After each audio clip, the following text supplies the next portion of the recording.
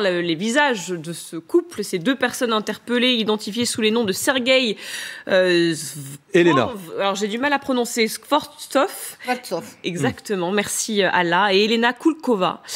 Ils sont donc d'origine russe, 59 et 58 ans, mariés depuis 30 ans. Ils sont arrivés en Russie en 97. Ils ont mené une existence banale pendant un certain temps à Stockholm, avec des soirées entre voisins. Ils ont eu Attendez. Pardon, Ils ont... J'ai dit quoi? Ah non, ils sont arrivés en Suède, pardon, en 97. Attendez, ils ont quel âge, vous dites? 59 et 58 ans. Remettez la photo, mais attendez, alors l'espionnage conserve. C'est peut-être une vieille photo. C'est peut-être une vieille photo. L'espionnage conserve. Voilà. Alors, donc, ils mènent une existence à peu près normale dans une banlieue chic de Stockholm. Côté professionnel, voilà, ils créent des entreprises, alors notamment dans l'importation et l'exportation de composants électroniques et de technologies industrielles. Et tout s'est arrêté là, cette semaine. Opération Sputsch, ça veut dire lance en suédois. Grosse opération pour les interpeller. Ils sont accusés d'activités illégales de renseignement aggravées. Dans le détail, espionnage industriel et vol de technologie. C'était le 22 novembre quand il y a une opération qui a été faite pour les attraper chez eux, pour d'ailleurs éviter qu'ils cachent ou qu'ils détruisent des documents s'il y en avait chez eux. Donc le but du jeu, c'était évidemment de ramasser des preuves si possible. Mais c'est marrant parce qu'en fait, c'est une des raisons pour laquelle ils se sont fait choper. C'est la fameuse entreprise, qui est en fait une entreprise qui travaillait à Chypre et qui était dirigée par Vladimir Koulemenkov, qui est assez connu en France, puisque c'est un des loustiques qui a été expulsé dans la vague des 47 qu'on avait viré en 83, à l'époque de François Mitterrand, rappelez-vous. Et qui serait un membre du GRU. Alors, celle-là, comme le gars qui a été chopé il y a un mois en Norvège, c'est des unités du GRU. C'est des illégaux, mais c'est la ligne des illégaux, mais c'est le service de renseignement militaire. Et d'ailleurs, ils étaient orientés sur la recherche de renseignements sur du matériel de défense. Voilà. Donc ils avaient monté des entreprises en Suède spécialisées dans l'importation et l'exportation de composants électroniques et de technologies industrielles. Eux-mêmes sont des scientifiques, c'est-à-dire que lui-même, à l'origine, est un ingénieur et elle est une mathématicienne. Oui. Ils ont, alors, juste parce que vous disiez, ils ont été, les enquêteurs sont remontés jusqu'à eux parce qu'il y avait cette société qui était liée donc à ce membre du GRU, mais aussi parce que les enquêteurs, en menant leur travail, ont découvert qu'ils avaient un appartement à Moscou, dans un immeuble qui abrite peut-être toute l'équipe. Voilà, un nid de membres du GRU. D'ailleurs, l'un des 3 suspects dans l'empoisonnement de l'ex-espion russe Skripal en Angleterre y habitait, et la fille de ce couple y habitait également. C'est toutes les failles des illégaux du GRU, de l'agro d'ailleurs, parce qu'ils sont un peu moins calés que le SVR, qui arrive aussi à faire des erreurs. Le renseignement militaire russe, le GRU, pour ceux qui connaissent pas. Qui s'est mis à faire aussi beaucoup d'illégal, mais beaucoup plus tard que les autres, et un peu moins carré. Et donc, il y a quelques trous dans la légende, mais c'était la même chose sur le gars qui s'est fait choper en Norvège et qui se faisait passer pour un scientifique brésilien, caramba. Enfin, pas caramba, parce que c'est... Mais là aussi, il y avait les légendes n'étaient pas totalement carrées. Et alors le coup de l'immeuble est absolument délicieux parce que en fait, effectivement, ça date de l'Union soviétique. Moi-même, j'habitais quand j'étais à Moscou dans un immeuble qui était juste à côté de la Lubyanka et qui était alors moi, j'habitais pas dans un truc de l'UPDK officiel et je louais à des anciens. Il y avait que des anciens du gaz là-dedans, voire des mecs en activité.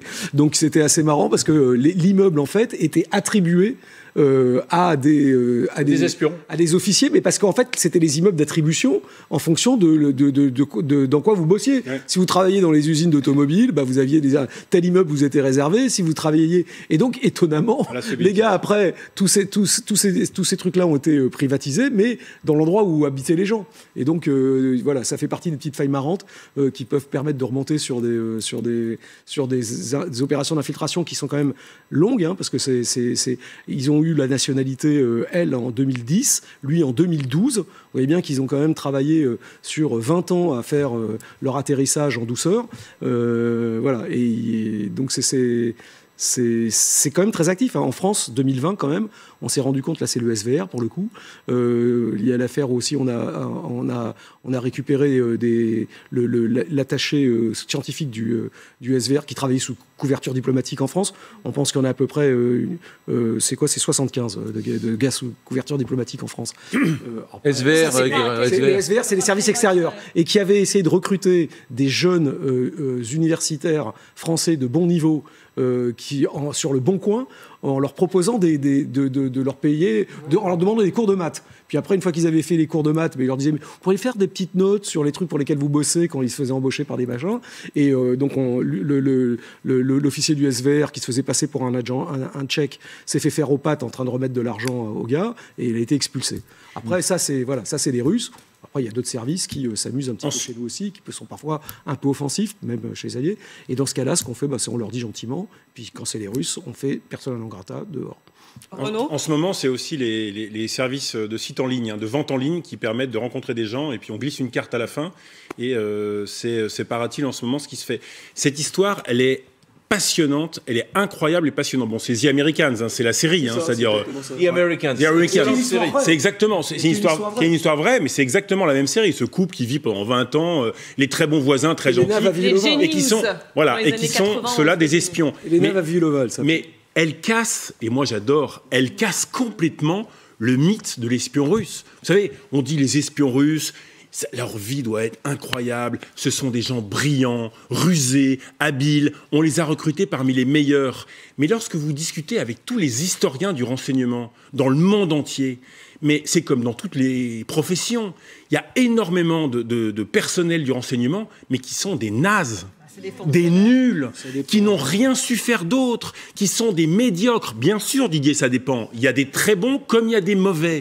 Mais excusez-moi, ceux-là, mais ils sont nuls. Ils se font piquer, pourquoi? Premièrement, ils montent une société... Déjà, dans le secteur, effectivement, où l'espionnage industriel, vous pouvez suspecter. Et pourquoi ils se font piquer? C'est qu'en 2016, ils ont fait énormément de fraude fiscale en Suède. Et en 2016, ils ont un contrôle fiscal parce que la société va être mise en liquidation. Mais quand vous êtes un espion, vous n'allez pas mettre votre société en liquidation en faisant de la fraude fiscale. Il faut être complètement débile, pardonnez-moi. Quand vous êtes un bon espion, vous attirez les ennuis.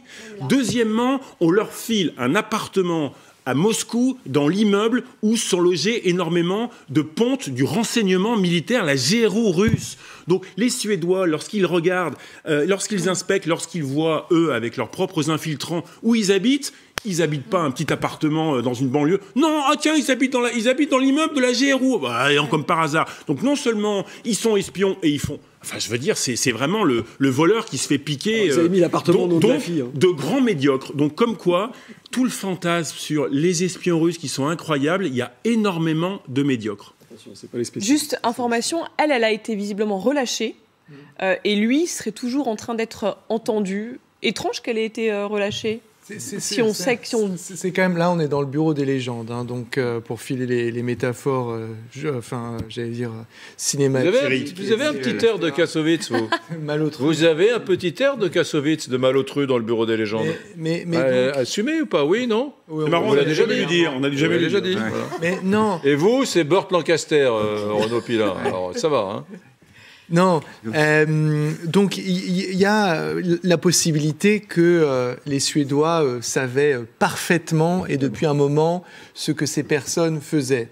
Et donc elles, les surveillent attentivement pour voir ce qui intéresse les Russes. Et puis quand la Russie déclenche la guerre totale à l'Ukraine, il y a pas mal de diplomates qui sont expulsés.